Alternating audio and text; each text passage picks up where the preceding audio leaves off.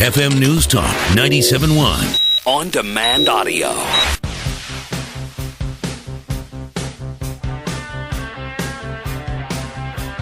You're listening to Allman in the Morning. Common Sense Radio. Good morning, you bunch of drunks. Oh, yeah. First beer of the morning. Well, you know. So refreshing.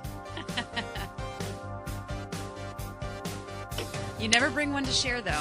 Oh, no. I'm starting to feel left out. You know how expensive beer is. Come on. Hey, boy, am I glad we're not still playing the Giants. My goodness gracious. Those guys are hugely intimidating. I feel a lot better now that they creamed Detroit, one of the best teams in baseball. I don't feel so bad about losing to the Giants now. Turns out it wasn't really a fluke. These guys are monsters. Unbelievable. Hey, Chris.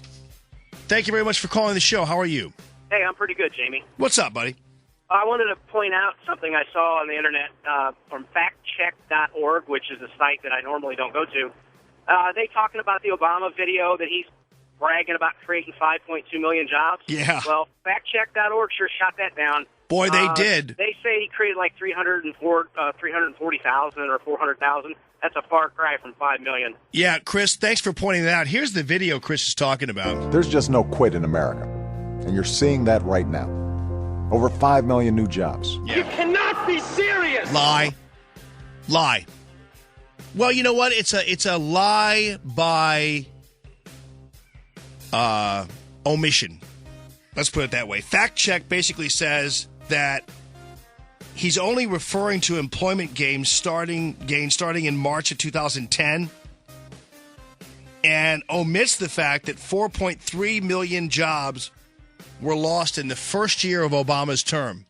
So he's if you do the math, it's really not adding 5.2 million jobs. It's adding 325,000 jobs.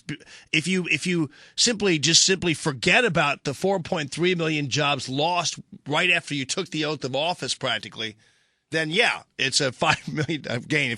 If you look at the graphic there on that ad, though, it's a complete and total lie. Well, we were waiting for. Oh, speaking of lies, how about David Letterman? Now, David Letterman is an aging old lefty, and he's been carrying water for Obama for some time now and for Democrats. But what has happened to him? Maybe he is, I'm cynical about this, seeing the writing on the wall, seeing the polls. He's a guy who is interested in making a buck, right? So he's watching the wind blow a different direction suddenly, and now he's blowing a different direction, it seems. He gets Rachel Maddow on the air with him, and this is what he has to say about this whole auto worker bankruptcy, Romney's an evil guy thing. But here's what upset me last night. This playing fast and loose with facts. And the President Obama cites the op-ed piece that Romney wrote about Detroit, let him go bankrupt, let him go bankrupt. And last night he brings it up again. Oh, no, Governor, you said let him go bankrupt, blah, blah, blah, let him go bankrupt, blah. And Mitt said, no, check the thing. Now, I don't care whether you're Republican or Democrat, you want your president to be telling the truth. Yeah, and it's funny that President Obama said, check the thing, as Letterman called it, the record.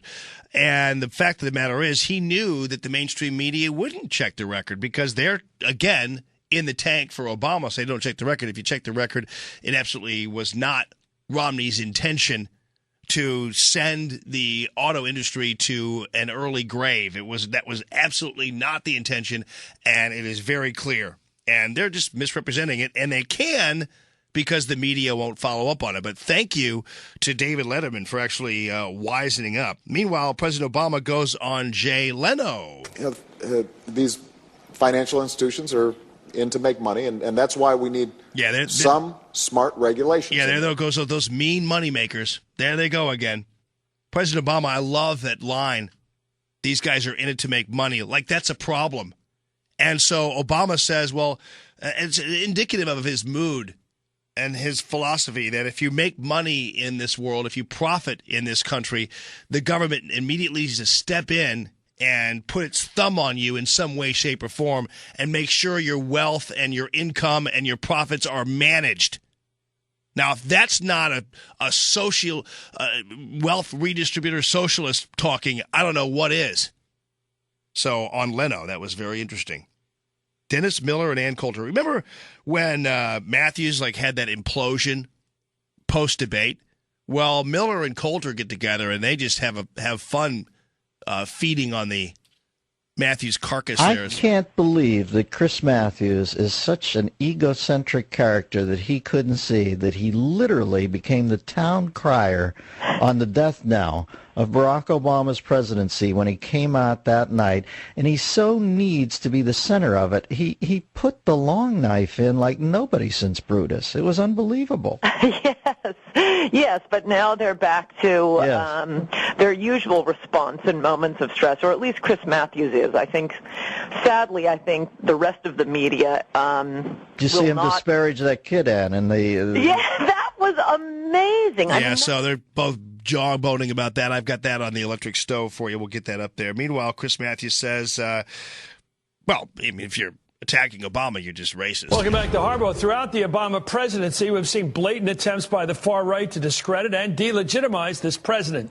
Today, the New York Times reports that over the summer, a group of wealthy conservative activists made a plan to release an anti-Obama DVD by mail to targeted voters and to air on cable. Yeah, he says it's all racist. Start a group. Is anybody really even paying attention to him anymore? I mean, this group of wealthy, blah, blah, blah. People like wealthy people in this country because they employ people. This whole, idea that somehow because you're wealthy and you actually dare to hang out with another wealthy guy, it's suddenly a cabal as far as the left is concerned.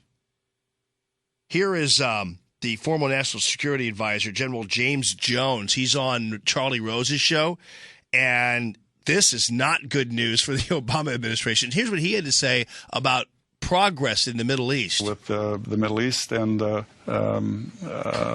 Iran, we're probably right back where we were, 3 or 4 years ago. Yeah. So, isn't this the guy? This is the guy who used to work for the guy, President Obama, who said that once he took office, all would be okay and he would have influence on the world and the Middle Eastern countries would all be in line and praise him. And he went over there and apologized for all of our ills, our alleged ills. And now we have a Middle East now where we have countries that are actually more set up for terrorism than they were before he arrived.